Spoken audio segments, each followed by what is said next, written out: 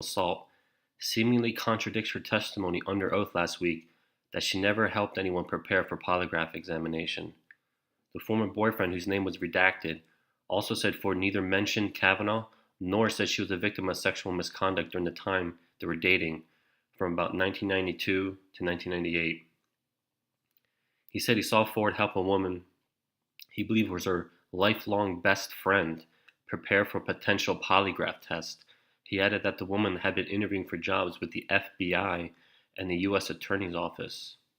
He also claimed Ford never voiced any fear of flying, even while aboard a propeller plane, and seemingly had no problem living in a small 500 square foot apartment with one door, apparently contradicting her claims that she could not testify promptly in D.C. because she felt uncomfortable traveling on planes, as well as her suggestion that her memories of Kavanaugh's assault prompted her to feel unsafe living in a closed space or one without a second front door. Ford never expressed a fear of closed quarters, tight spaces, or places with only one exit, the former boyfriend wrote. On Thursday, Ford testified, "I was hoping to avoid getting on an airplane, but I eventually was able to get up the gumption with the help of some friends and get on the plane." She also acknowledged regularly and in her words, "unfortunately, traveling on planes for work and hobbies." Ford also told Senator Feinstein that she had a second front door installed in her home because of anxiety, phobia, and post-traumatic stress disorder-like symptoms that she purportedly suffered in the wake of Kavanaugh's alleged attack at a house party in the 1980s. More especially claustrophobia, panic, and that type of thing. In a pointed no-holds-barred letter Tuesday evening that referenced the ex-boyfriend's declaration, the Senate Judiciary Committee Chairman Chuck Grassley demanded that the attorneys for Ford turn over the therapist's notes and other key details and suggested she was intentionally less than truthful about her experience with polygraph examinations during the Thursday's dramatic Senate hearing. "Your continued withholding of material evidence despite multiple requests is unacceptable as the Senate exercises its constitutional responsibility of advice and consent for a judicial nomination," Grassley wrote.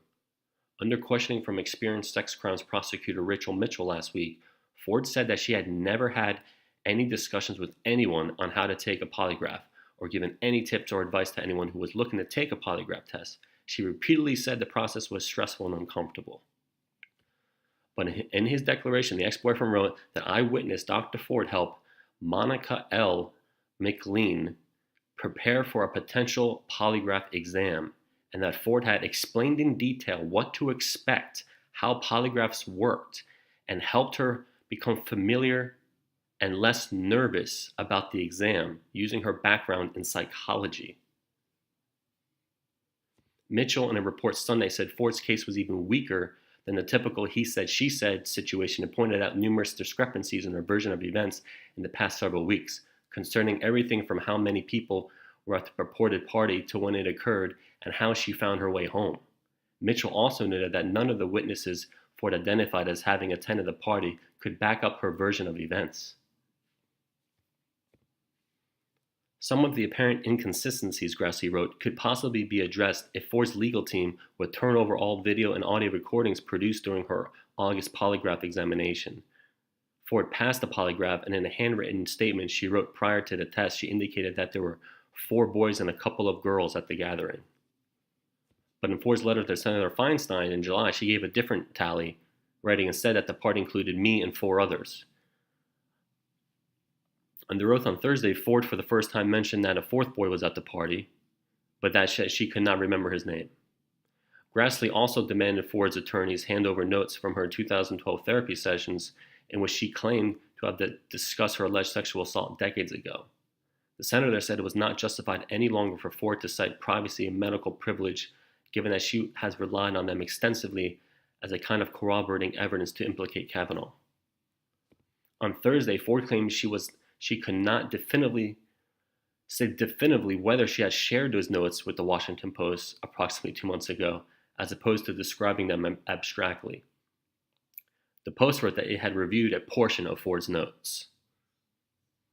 And she can't remember just what happened, a month or 2 ago.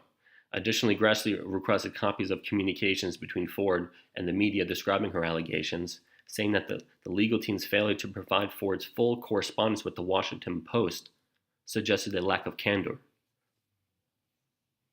In a separate letter, the Democratic Senator Chris Coons, who also sits on the Judiciary Committee, Grassley wrote, "The accuser freely admits to having no evidence whatsoever that Judge Kavanaugh even attended this party. We've reached a new level of absurdity with this allegation."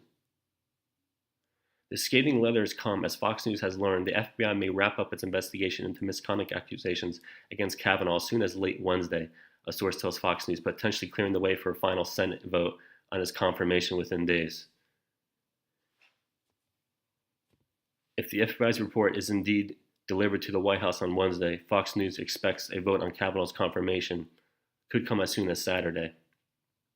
Senate Majority Leader Mitch McConnell must first satisfy a number of procedural and parliamentary hurdles before a vote can be held, including filing a cloture petition, which must remain pending for a full day in order to formally end debate on Kavanaugh's nomination. McConnell has vowed to hold a vote by the end of the week.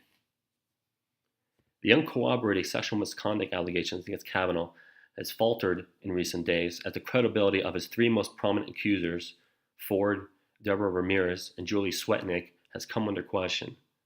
Democrats increasingly have focused their arguments on Kavanaugh's temperament during Thursday's hearing, as well as whether he lied on their oath about references in his high school yearbook. Kavanaugh acknowledged sometimes having too many beers in high school and college, but some Democrats have suggested he lied by not going further, admitting that he had blacked out. For his part, Senate Majority Leader Mitch McConnell on Monday called out what he said were transparent stall tactics in a fiery floor speech. "If you listen carefully, Mr. President, you can particularly hear the sounds of the Democrats moving the goalposts," McConnell said. He later added, "Their goalposts keep shifting, but their goal hasn't moved an inch, not an inch."